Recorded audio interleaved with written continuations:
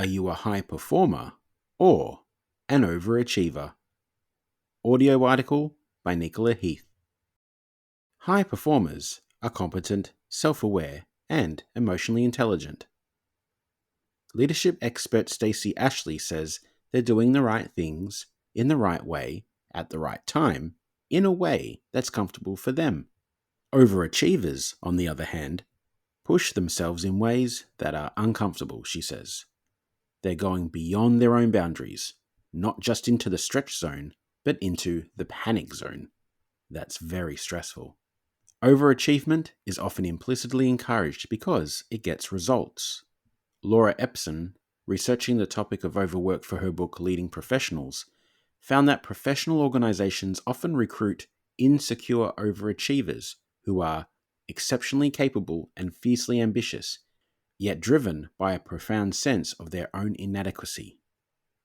Such employees are willing to work long hours and deliver outstanding results in the short term. Over the long term, however, overachievement can harm individuals, teams, and organizations. Among the red flags identified by business coach Barbara Kaufman are attrition, low morale, underdeveloped staff, and a reluctance to promote from within.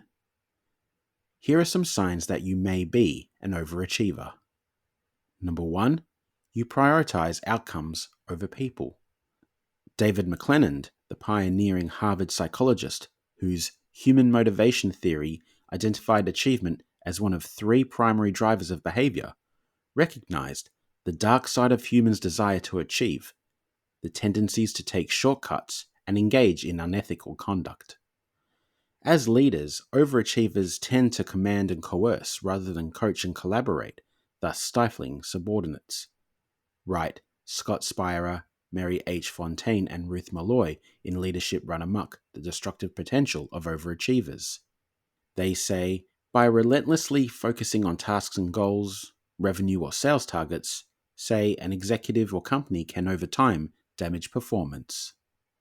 The second sign you may be an overachiever: you don't delegate. Delegation is absent from the overachiever's toolkit.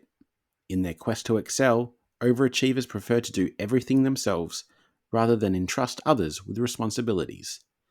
A lack of trust in the ability of others can have a wide range of consequences, from the unmanageable workload for the overachiever to a lack of skill development among staff, which can lead to poor engagement and performance across organizations. The third sign is you don't say no. An overachiever takes on extra work beyond what is required for their role, which leaves them with ongoing overcommitment, says executive coach Lisa Stephenson. They're the people who put their hands up to be involved in everything. The fourth sign is you work long hours. Overachievers are often the first to log on in the morning and the last to leave at the end of the day. In an article titled, "If You're So Successful, Why Are You Still Working 70 Hours a Week?" Empson acknowledges that working long hours is often necessary. She says, work exceptionally long hours when you need to or want to, but don't do so consciously for specified time periods and to achieve specific goals. Don't let it become a habit because you've forgotten how to work or live any other way. The fifth sign you might be an overachiever is you suffer from burnout. Inevitably, the long hours and excessive workload will take a toll on well-being. You can only be an overachiever for a certain amount of time, depending on how resilient you are, says Stephenson. Overachieving has an expiration date. I always say being an overachiever is going to bite you somewhere. It might be your health, your ability to sleep, your well-being, or your relationships. A manager can help an employee traverse the fine line between overachievement and high performance by helping them apply their formidable energy and effort more effectively and constructively, says Ashley, who recommends adopting a coaching approach to help develop self-awareness around what motivates them.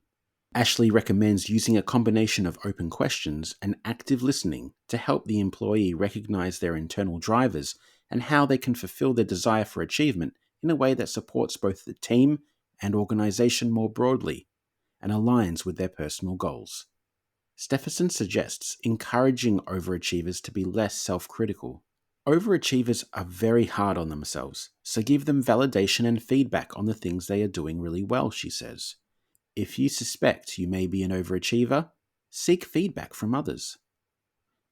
Often, the overachiever's sense of self and performance is out of alignment with how others experience them, writes Barbara Kaufman, who proposes using climate surveys, employee satisfaction surveys, and 360-degree evaluations to identify instances of overachievement. Kaufman suggests several strategies leaders can apply to mitigate the negative consequences of overachieving, such as triaging tasks to assess their importance before assigning non-crucial tasks, those that require a B rather than an A+, to other team members. Resist the temptation to redo others' work, and coach team members in areas of their performance that require improvement. Consult rather than command, and communicate strategic goals to the team to ensure everyone is on the same page. Pay attention to work-life balance, advises Stephenson. High performance is about sustainability. If you think you're an overachiever, it's possible that you need to schedule time and learn habits to give you balance. Remember that your brain and body need stillness just as much as activity.